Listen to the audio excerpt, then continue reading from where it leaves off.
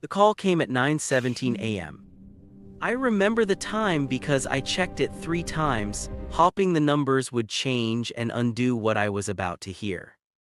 "Hey," my manager said, his voice rehearsed and careful. "This isn't easy." That's when I knew. By 9:24 a.m. my job was gone. By noon my access was revoked. By evening my confidence followed. I drove home in silence, gripping the steering wheel like it could keep my life from sliding off the road. The city looked the same, people walking, traffic moving, but something invisible had cracked.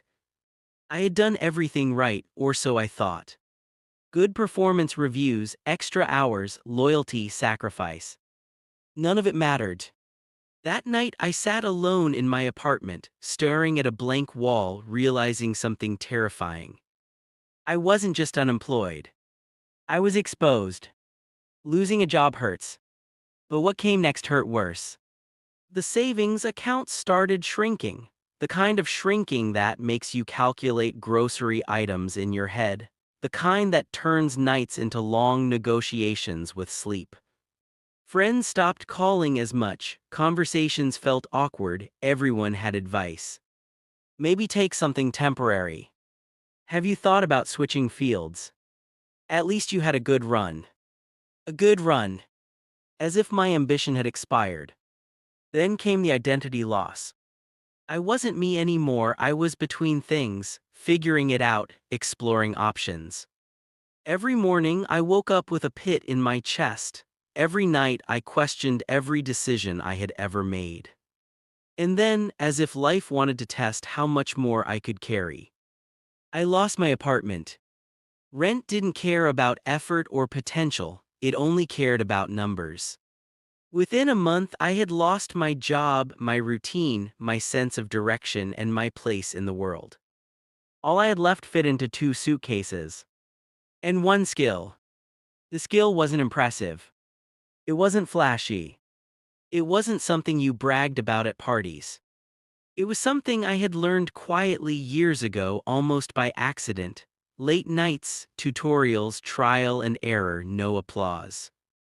People used to ask why I bothered. Why not relax? Why learn that? What's the point? I never had a great answer. I just liked knowing how things worked. Now, sitting on a borrowed couch, staring at my laptop, that skill was all I had left that no one could take away. No manager could revoke it. No company could downsize it.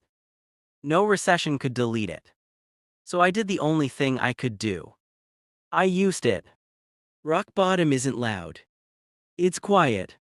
It's the sound of your laptop fan at 2:43 a.m. It's the glow of a screen when everyone else is asleep. It's the internal voice asking, is this really going to work? I failed constantly. Projects fell apart, clients ghosted, attempts went nowhere.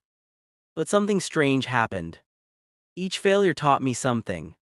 I started documenting everything, not for anyone else but for myself, what worked, what didn't, what to never do again. I wasn't building success. I was building competence. Slowly, painfully, invisibly. Months passed. No overnight miracle. No viral moment. Just repetition. Then one email arrived. Simple, short. "Hey, saw your work, can we talk?" I didn't celebrate, I didn't tell anyone, I didn't even believe it was real. We talked, then we talked again. Then came a small opportunity, then another. Nothing dramatic, nothing cinematic. Just momentum. For the first time since everything fell apart, something was growing. Here's the part people misunderstand. The turning point wasn't when I made money again. It was when I stopped being afraid. Afraid of starting over. Afraid of being behind. Afraid of explaining myself. I realized something powerful. I had already survived the worst. Everything after that was optional pain. That skill, the one people dismissed, was no longer just a tool. It was leverage. A year later, my life looked unrecognizable. Not perfect, but stable. Then stronger. Then sustainable. I didn't announce my comeback. People found out accidentally. How are you doing now? Oh, I'm working on a few things. What I didn't say. That the skill they once ignored paid my bills. That it rebuilt my confidence. That it gave me control again. Here's the twist no one expects. Losing everything didn't ruin me. It revealed what was real. Jobs come and go. Titles disappear. Approval fades. But skills stay. And when everything else is stripped away, what you can do becomes who you are. Final moral lesson. Never confuse comfort with security. Never confuse titles with value. Never underestimate the skill you're building quietly.